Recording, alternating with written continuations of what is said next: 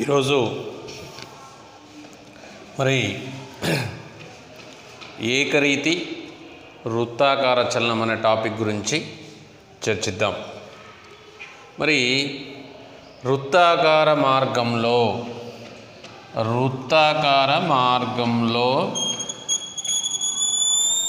స్థిరవడితో వస్తువు చేసే చలనాన్ని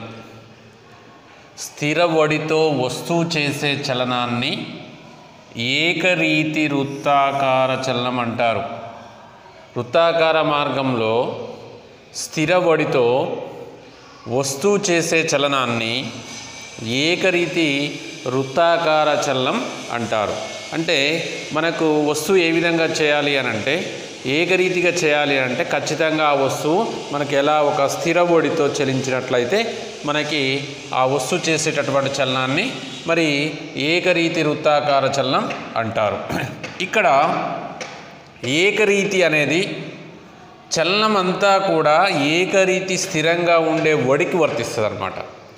ఇక్కడ అంతా కూడా మనకి ఏ విధంగా వర్తిస్తుంది అని అంటే, చలనం అంతా కూడా ఏకరీతిగా ఉండే వడికి వర్తించడం జరుగుతుంది. కాబట్టి ఏకరీతి వడి వీతో అంటే మరి వ్యాసార్థం మరి మనకు క్యాప్లార్ ఉన్న వృత్తం వెంబడి పటంలో చూపిన విధంగా చెల్లిస్తుందని అనుకుందాం. క్యాప్లార్ అనే వృత్త పరిధి వెంబడి చెల్లిస్తుంది అని అనుకుందాం. మరి ఆ విధంగా వేగం దిశ ఏమవుతుంది అని అంటే నిరంతరం మార్పుకు లోనవుతుంది.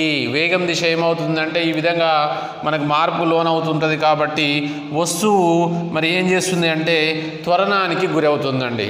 ఎప్పుడైతే వేగం నిరంతరం మార్పుకు లోనవుతుందో అంటే వేగంలో మార్పు వస్తుందో ఆటోమేటిక్గా మనకి త్వరణానికి గురవుతుందని చెప్పవచ్చు. మరి ఈ విధంగా మనకు డెల్టా ఆర్ ఈ విధంగా తీసుకున్నాం. ఇక్కడ మనకు డెల్టా టీ కోణం చేస్తుంది. ఇక్కడ ఆర్ డాష్ అనే వ్యాసార్థాలు ఇక్కడ పి నుంచి మరి ఈ విధంగా మనకు మార్పుకు లోనవుతుంది. కాబట్టి ఇక్కడ వి డాష్గా తీసుకోవడం జరిగింది. మరి వస్తువు చలన పదం వృత్తాకారం కాబట్టి వస్తువు యొక్క చలన పదం ఏ విధంగా ఉన్నదండి? వృత్తాకారం కాబట్టి వి ఆర్కు లంబంగా ఉంటుంది. అంటే వికి ఆర్కు ఏ విధంగా ఉంటుందంటే మరి లంబంగా ఉండడం జరుగుతుంది. ఇక్కడ మరి ఇది ఏ విధంగా ఉంటుందంటే లంబంగా ఉంటుంది వృత్తాకార చలనం యొక్క పదము. మరి అదేవిధంగా మరి వి డాష్ ఆర్ డాష్ కూడా మనకి ఏ విధంగా ఉంటుందంటే లంబంగా ఉంటుంది. ఆల్రెడీ వికి ఆర్కి లంబంగా ఉంది అని అంటే వి డాష్ ఆర్ డాష్ కూడా లంబంగా ఉంటుంది. కాబట్టి మరి డెల్టా వి డెల్టా ఆర్ కూడా ఏ విధంగా ఉంటుందండి? లంబంగా ఉండడం జరుగుతుంది. మరి కాబట్టి సగటు త్వరణము డెల్టా వి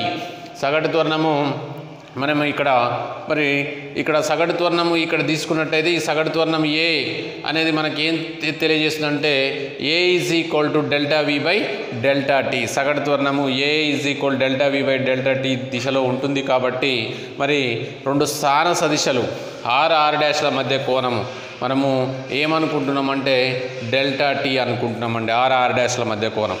మరి వేగ సదిశలు వి డాష్లు ఎల్లప్పుడూ కూడా స్థాన సదిశలకు లంబ దిశలో ఉంటాయి. కాబట్టి మరి వి డాష్ల మధ్య కోణం కూడా మనకేమవుతుందంటే డెల్టా టీ అవుతుందండి. ఏమవుతుంది? డెల్టా టీ అవుతుంది. కాబట్టి అందువల్ల స్థాన సదిశలో ఏర్పడిన త్రిభుజం సిపిపి డాష్ మరి అదేవిధంగా మరి వేగ సదిశలు ఏర్పరిచిన త్రిభుజం జిహెచ్ఐ మరి ఇక్కడ సాదృశ్యంగా ఉంటుంది. కాబట్టి ఇక్కడ ఈ త్రిభుజాలు రెండు కూడా ఒకదానికొకటి ఏ విధంగా ఉన్నాయనంటే సాదృశ్యంగా ఉన్నాయని చెప్పవచ్చు. ఏ విధంగా ఉన్నాయండి? సాదృశ్యంగా ఉన్నాయని చెప్పవచ్చు. ఓకే.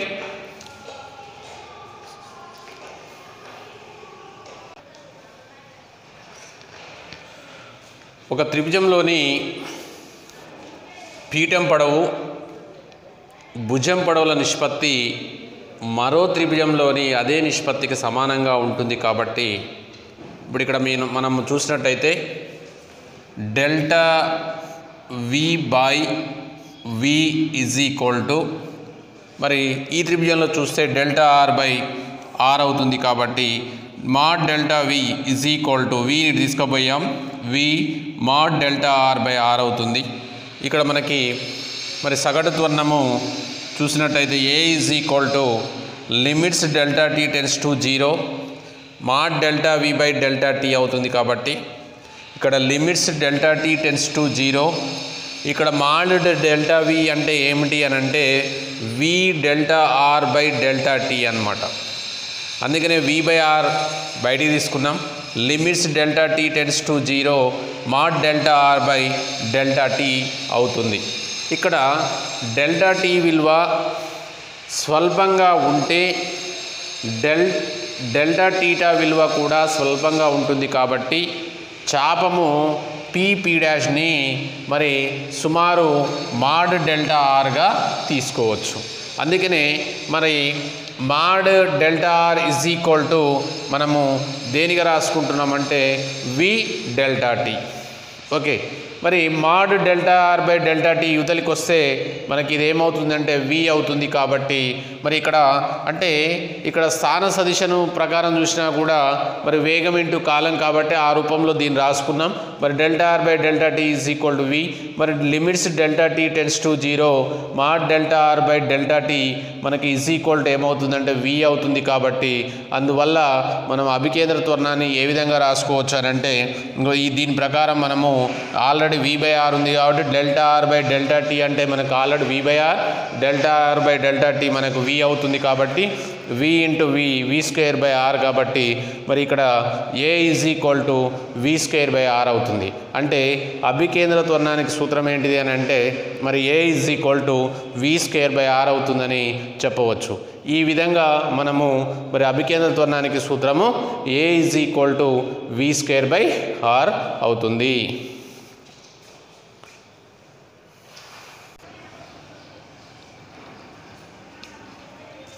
ఆర్ వ్యాసార్థం ఉన్న వృత్తం వెంబడి వి ఒడితో చలిస్తున్న వస్తువు యొక్క త్వరణ పరిమాణము వి స్క్వేర్ బై ఆర్గా ఉండి దాని దిశ ఎప్పుడు వృత్త కేంద్రం వైపుకే ఉంటుంది. అంటే అందువల్లనే ఇటువంటి త్వరణాన్ని మరి దాని దిశ ఎప్పుడు వృత్త కేంద్రం వైపుకే ఉండేటటువంటి త్వరణాన్ని మరి అభికేంద్ర త్వరణం అంటారు. అంటే క్యాపిలార్ వ్యాసార్థం ఉన్న వృత్తం వెంబడి వి ఒడితో చలిస్తున్న వస్తువు త్వరణ పరిమాణం వి స్క్వేర్ బై ఆర్గా ఉండి దాని దిశ ఎప్పుడు వృత్త కేంద్రం వైపుకే ఉంటుంది. కాబట్టి అటువంటి త్వరణాన్ని అభికేంద్ర త్వరణం అంటారు. మరి ఇక్కడ వి ఆర్లు స్థిరం కాబట్టి అభికేంద్ర త్వరణం పరిమాణం కూడా స్థిరంగా ఉంటుంది. వి ఆర్లు స్థిరంగా ఉంటాయి కాబట్టి స్థిరం కాబట్టి అభికేంద్ర త్వరణం పరిమాణం కూడా స్థిరంగా ఉంటుంది. అయితే దిశ ఎప్పుడు కేంద్రం వైపు ఉంటూ అయితే దిశ ఎప్పుడు కూడా మరి కేంద్రం వైపు ఉంటూ నిరంతరం మార్పుకు గురవుతుంది. కాబట్టి అభికేంద్ర త్వరణము మరి స్థిర సదిశ కాదు, నిరంతరం మరి మార్పుకు గురవుతుంది. కాబట్టి అభికేంద్ర త్వరణం మరి స్థిర సదిశ కాదు అని చెప్పవచ్చు. మరి వస్తువు పి నుంచి పి డాష్ బిందువుకి అంటే డెల్టా టీ అంటే టీ డాష్ మైనస్ టీ కాలంలో చలించే సమయంలో సిపి రేఖాపటంలో చూపిన విధంగా డెల్టా టీ కోణం తిరుగుతుంది. కాబట్టి మరి ఇక్కడ మనకు మరి ఇక్కడ మరి డెల్టా టీని కోణీయ స్థానభ్రంశం అంటారు. అంటే మరి ఈ కోణీయ స్థానభ్రంశం అంటే ఏంటంటే ఏదైనా భ్రమణం చెందే వస్తువు కాలాంతరంలో చేసేటటువంటి కోణాన్ని కోణీయ స్థానభ్రంశం అంటారండి. ఏదైనా భ్రమణం చెందే వస్తువు కాలాంతరంలో చేసేటటువంటి కోణాన్ని కోణీయ స్థానభ్రంశం అంటారు. మరి కోణీయ స్థానభ్రంశము అని అంటే మరి అదేవిధంగా కాలంతో పాటు కోణీయ స్థానభ్రంశంలో వచ్చేటటువంటి మార్పు రేటునే మరి కోణీయ వేగం అని అంటారు. మరి కాలంతో పాటు కోణీయ స్థానభ్రంశంలో వచ్చేటటువంటి మార్పునే కోణీయ వేగం అంటారు. కాబట్టి ఈ కోణీయ వేగాన్ని ఒమేగా అనే అక్షరం చేత సూచిస్తారు.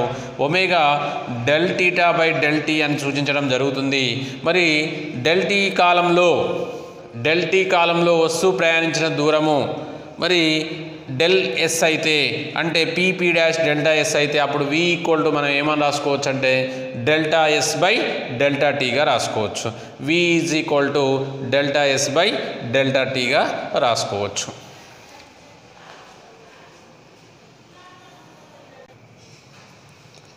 ఇక్కడ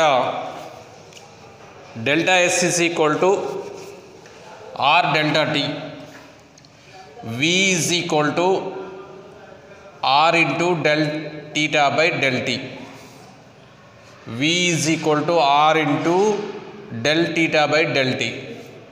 ఎందుకు మనకి ఇక్కడ del theta by del T అనేది మనము ఇరువైపులా డెల్ టీటా చే భాగించినట్లయితే delta S by delta T V అవుతుంది. V is equal to R, ఇక్కడ del theta by del T. ఇక్కడ ఈ ప్లేస్లో మనకేమవుతుందంటే ఇరువైపులా delta S by delta T is equal to ఇరువైపులా భాగిస్తే del theta by del tea.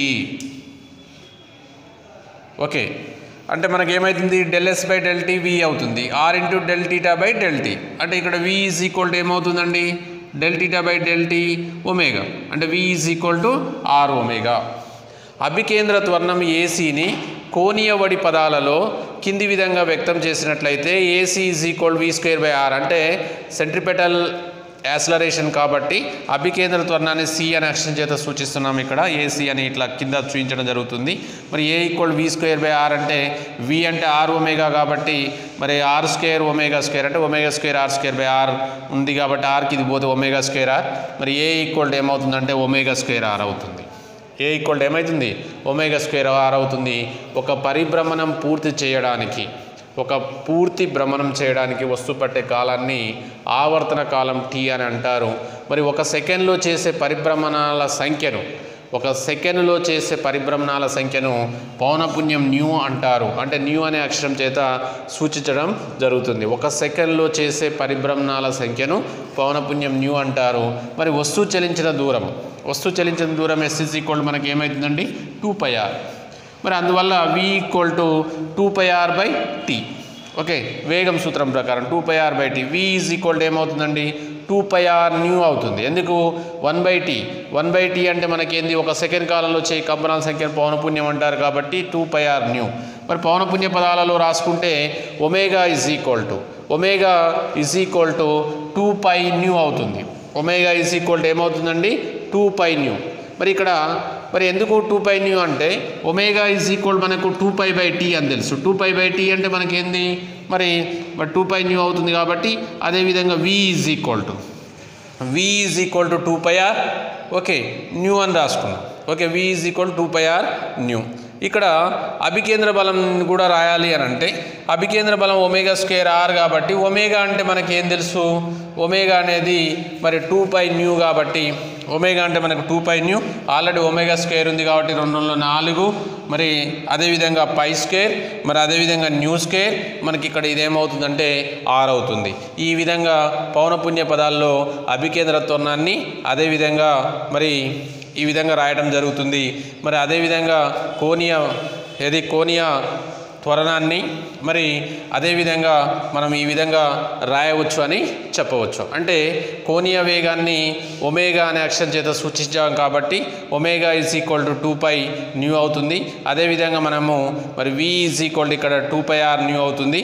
అదేవిధంగా అభికేంద్ర త్వరణ పదాలలో కూడా అభికేంద్ర త్వరణం కూడా పౌనపున్య పదాలలో రాసినట్టయితే 4π స్క్వేర్ న్యూ స్క్వేర్ ఆర్ అవుతుంది. ఓకే.